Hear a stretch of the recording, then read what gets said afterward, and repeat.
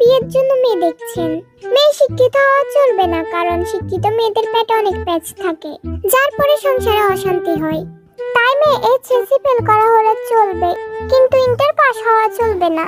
বড়লোক পরিবারের মেয়ে হলেও চলবে না, কারণ বড়লোক পরিবারের মেয়েরা সংসারের কোনো কাজকর্ম করে না। তাছাড়া বিয়ের পরেও এসব বড়লোকের মেয়েরা শাশুড়ির কাঁধে পা তুলে খায়। তাই মেয়ে হতে হবে নিম্ন মধ্যবিত্ত পরিবারের। মেয়ে খুব বেশি সুন্দরী হওয়া চলবে না, কারণ সুন্দরী মেয়েরা স্বামীকে রূপের জাদুতে বশ করে ফেলে, যার পরে ছেলেরা শুধু বউয়ের কথায় উঠে বসে আর মাকে বৃদ্ধাশ্রম পাঠিয়ে দেয়। এইসব থিওরি আমাকে মা 2 ঘন্টা ধরে বোঝালো। মার এসব কথা শুনে প্রচন্ড রকম মাথা ব্যথা শুরু হয়ে গেল। আমি নিজের মাথার চুল নিজে টানতে টানতে বললাম, মা তুমি যে মেয়েকে বিয়ে করতে বলবে আমি চোখ বন্ধ করে সেই মেয়েকেই বিয়ে করব।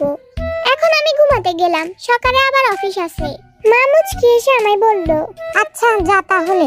ঘুমে যখন আমার চোখটা লেগে আসে, তখনই আমার ফোনের স্ক্রিনের আলোটা জ্বলে ওঠে। ফোনের স্ক্রিনের দিকে তাকিয়ে দেখি রফিক ভাই নাম বাজছে। আমি ঘুম ঘুম চোখে ফোনটা রিসিভ করে কথা বলতে লাগলাম। পরের দিন সকালবেলা আমি এক মনে খবরের কাগজ পড়ছি আর নাস্তা করছি। হঠাৎ আমি একটা খবর দেখে চিৎকার করে বললাম, সর্বনাশ! আমার চিৎকার শুনে মা রান্নাঘর থেকে দৌড়ে এসে বলল, কি হয়েছে? আমি মাকে বললাম, পুত্রবধূর ভুলভাল ওষুধ খাওয়ানোর ফলে শাশুড়ির মৃত্যু। মা পাশের চেয়ারে বসতে বসতে অবাক হয়ে বলল, মানে? আমি পত্রিকাটা পড়তে শুরু করলাম।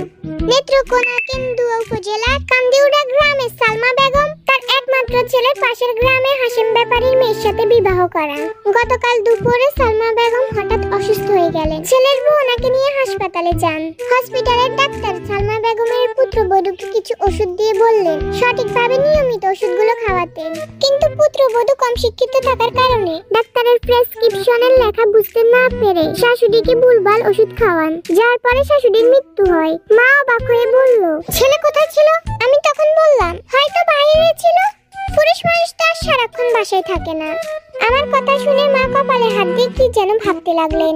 আমি তখন বললাম, মা আমি আসি, আমার অফিসের দেরি হয়ে যাচ্ছে, আর পত্রিকাটা নিয়ে যাই। আমার অফিসের কলিগ রফিক ভাইকে খবরটা দিতে হবে। সন্ধ্যায় অফিস থেকে বাসায় ফিরে ফ্রেশ হয়ে বিশ্রাম নিচ্ছি। এমন সময় মা দরজার সামনে দাঁড়িয়ে বলল, মেয়ে শিক্ষিত হলে সমস্যা নেই, সব শিক্ষিত মেয়ে তো আর খারাপ না। আর তাছাড়া মা শিক্ষিত না হলে ছেলে মেয়েকে মানুষ করতে পারবে না।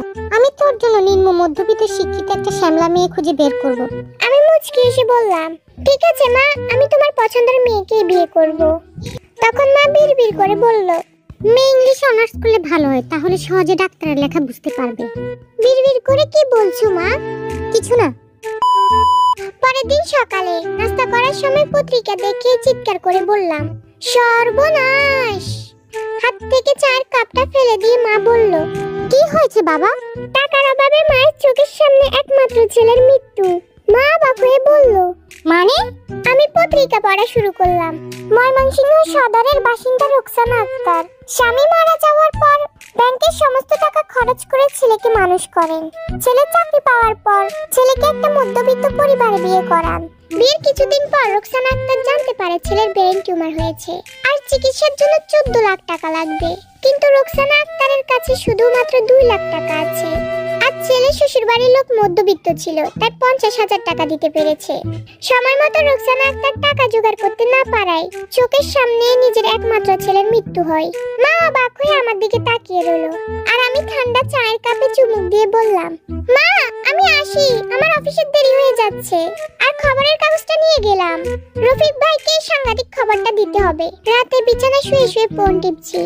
এমন সময় মা আমার পাশে বসে বলল, টঙ্কক আমি ভাবছি যে তোকে আমি উচ্চ বংশীয় পরিবারে বিয়ে করাবো। আমার একমাত্র ছেলেকে কোনো ফকিন্নি পরিবারে বিয়ে করাবো না। আমি তো অবাক হয়ে মাকে বললাম, মা তুমি না বললে বড় লোকের মেয়েরা সংসারের কোনো কাজ করে না, আর তাছাড়া কোনো রান্না বান্নাও পারে না। কাজ না করলে কাজের মেয়ে কাজ করবে, আর রান্না না পারলে আমি শিখিয়ে দিব। তারপর মা বিড়বিড় করে বলল, কোনো বিপদ আপদ হলে যেন হাতের তুড়িতে 10-12 লাখ টাকা দিতে পারে, এমন পরিবারে তোকে বিয়ে করাবো। আমি মায়ের কাঁধে হাত দিয়ে বললাম, বিড়বিড় করে কি বলছো মা?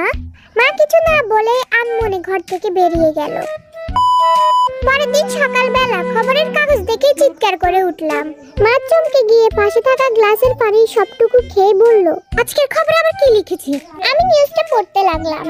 ঢাকায় উত্তরা বসবাস করা শাহনাজ পারভীন তার একমাত্র ছেলেকে বিয়ে করান অসুন্দরী এক মেয়েকে। বিয়ের পর থেকে ছেলে তার বউকে সহ্য করতে পারতো না। আস্তে আস্তে সেই ছেলে ফাঁসির ফ্ল্যাটে সুন্দরী ভাবি নাবিলার সাথে পরকীয়া লিপ্ত হয়ে যায়। পরে যখন বিষয়টা নাবিলার স্বামী রাশেদ জানতে পারে, তখন রাশেদ নাবিলা আর শাহনাজ পারভীনের ছেলে জিহবকে জবাই করে মেরে ফেলে। সঙ্গে সঙ্গে মা আমার হাতটা ধরে বলল, থাক বাবা, আর পড়তে হবে না। তোকে আমি পাশের ফ্ল্যাটে সুগার বইয়ের চেয়েও সুন্দরী মেয়েকে বিয়ে করাবো। কিন্তু মা, কোনো কিন্তু না। আমি এমন একটা বউ চাই যার রূপের আলোতে আমার ঘরে আলো হয়ে থাকবে। আমি পত্রিকাটা ব্যাগে ঢুকিয়ে বললাম, আমি যাই, আমার অফিসের জন্য দেরি হয়ে যাচ্ছে। আর একটা গুরুত্বপূর্ণ সংবাদ রফিক ভাইকে দিতে হবে। রিকশায় বসে থেকে রফিক ভাইকে ডেকে বললাম, আসেন, আপনাকে ভার্সিটি নামিয়ে দিই। তা আপনার বাবার কারো মুড়ির 3টা হসপিটালে ভর্তি নাকি? রিকশায় বসে তে রাগে লাল হয়ে বলল, আরেকবার আমাকে রফিক ভাই বলে ডাকলে একদম ঘুষি মেরে নাক ফাটিয়ে দিব। আর শোনো, আর কখনো আমাদের গাড়িটাকে যদি মুড়ির ট্রেন বলছো, তাহলে তোমার খবর আছে। আমার বাবা চাইলে এক মুহূর্তে 3টে গাড়ি কিনতে পারে, কিন্তু এটা দাদা স্মৃতি বলে বাবা গাড়িটা পাল্টাই না। আমি মুস্কি এসে বললাম, কচু কিনবে নতুন গাড়ি, কিপটা বলে কথা। তে আরো রেগে বলল, একদম আমার বাবাকে কিপটা বলবে না। তুমি তো এক নম্বরে মিথ্যাবাড়ি। প্রতিদিন সকালে নিজের মাকে উল্টাপাল্টা খবর শোনাও, অথচ নিজের মায়ের বইয়ে প্রেমিকার নাম রফিক ভাই দিয়ে সেভ করে রাখো। তের কথা শুনে আমি মন খারাপ করে বললাম, একেই বলে যার জন্য করে চুরি সে বলে চোর। তে আমার দিকে মুচকি হাসি দিয়ে বলল, তো কালকে খবরের কাগজে কি লেখা থাকবে? আমি ওর হাতটা শক্ত করে ধরে বললাম, ঢাকা বিশ্ববিদ্যালয়ে ইংলিশে অনার্স করছে 3য় বর্ষের ছাত্রীর জন্য সুযোগ্য পাত্র চাই।